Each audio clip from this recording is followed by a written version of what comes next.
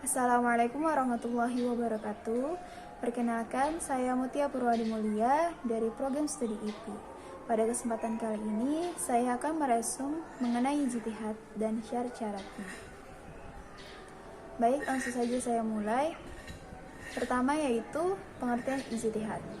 Secara etimologi, ijtihad diambil dari akar kata dalam bahasa Arab jahada, yang bentuk masdarnya ada dua bentuk, yaitu al-jaz yang berarti al-masyakat atau kesulitan dan kesusahan, dan al-jud yang berarti al-taqat atau kesanggupan dan kemampuan. Ijtihad adalah masdar dari madli ijtihada. Penambahan hamzah dan ta pada kata jahada menjadi ijtihada berarti usaha itu lebih sungguh-sungguh. Oleh karena itu, ijtihad berarti usaha maksimal untuk mendapatkan atau memperoleh sesuatu. Adapun ijtihad secara terminologi menurut para ulama, di antaranya adalah yang pertama ada Imam Asy-Syaukani dalam kitabnya Irsyad al-Fuhuli. Ijtihad adalah mengerahkan kemampuan dalam memperoleh hukum syara' yang bersifat amali melalui cara istinbat. Yang kedua itu ada Ibnu Subki. Ijtihad adalah pengerahan kemampuan seorang faqih untuk menghasilkan dugaan kuat tentang hukum syar'i. Yang ketiga itu ada Al-Midi.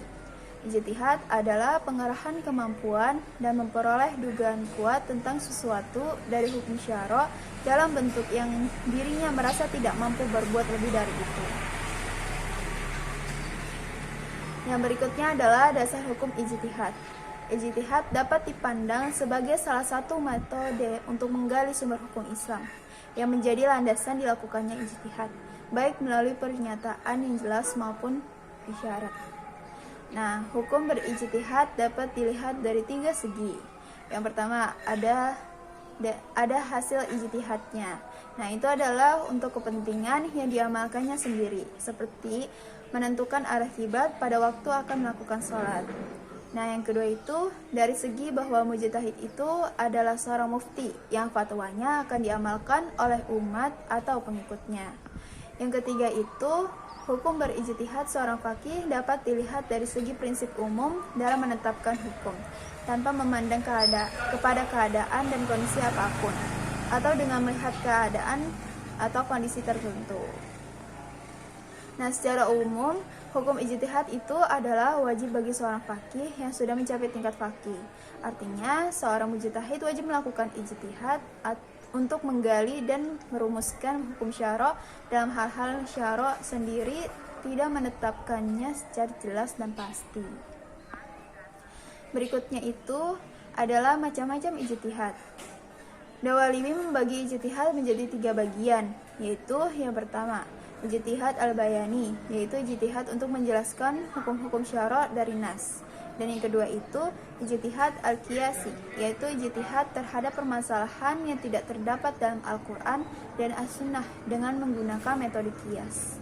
Yang ketiga itu ijtihad al-istilahi, yaitu ijtihad terhadap permasalahan yang tidak terdapat dalam Al-Quran dan As-Sunnah dengan menggunakan ra'yu berdasarkan kaidah istislah.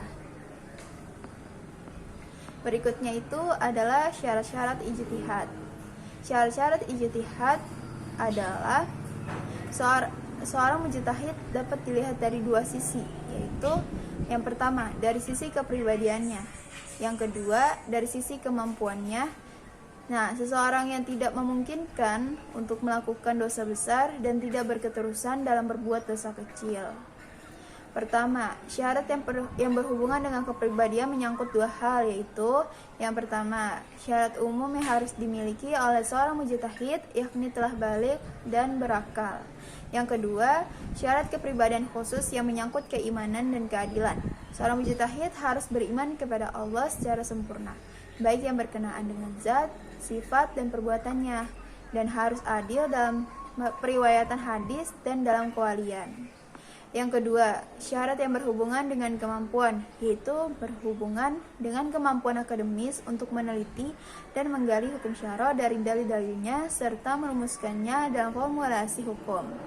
Untuk mencapai kemampuan seperti ini diperlukan beberapa syarat yang secara kumulatif adalah sebagai berikut. Yang pertama, menguasai dan mengetahui arti ayat-ayat hukum yang terdapat dalam Al-Quran, baik menurut bahasa maupun syariah.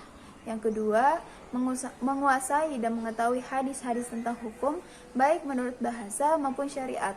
Menurut Al-Tabtaji, sebaiknya mujtahid mengambil referensi dari kitab-kitab yang sudah masyhur kesohihannya, seperti Bukhari, Muslim, Baghawi, dan lain-lainnya.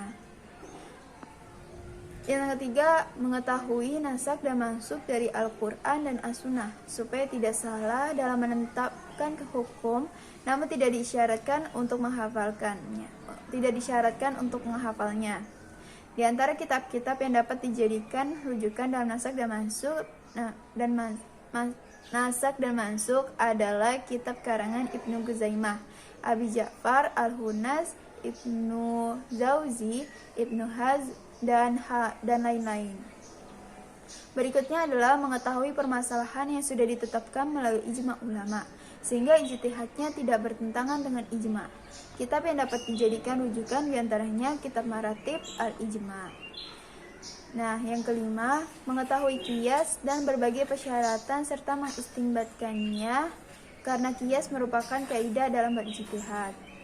Yang keenam, yaitu mengetahui bahasa Arab dan berbagai disiplin ilmu yang berkaitan dengan bahasa, serta berbagai problematikanya.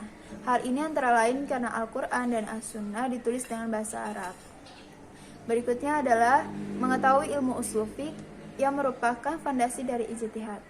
Nah, yang terakhir, mengetahui maqasid al-syariah atau tujuan syariat secara umum, karena bagaimanapun juga syariat itu berkaitan dengan maqasid al-syariah atau rahasia disyariatkannya suatu hukum. Maksud dari maqasid al-syariah antara lain menjaga kemaslahatan manusia dan menjauhkan dari kemadharatan yang standarnya adalah syara', bukan kehendak manusia. Mungkin itu saja yang dapat saya sampaikan pada resume hari ini. Saya mohon maaf atas kekurangan dan terima kasih. Wassalamualaikum warahmatullahi wabarakatuh.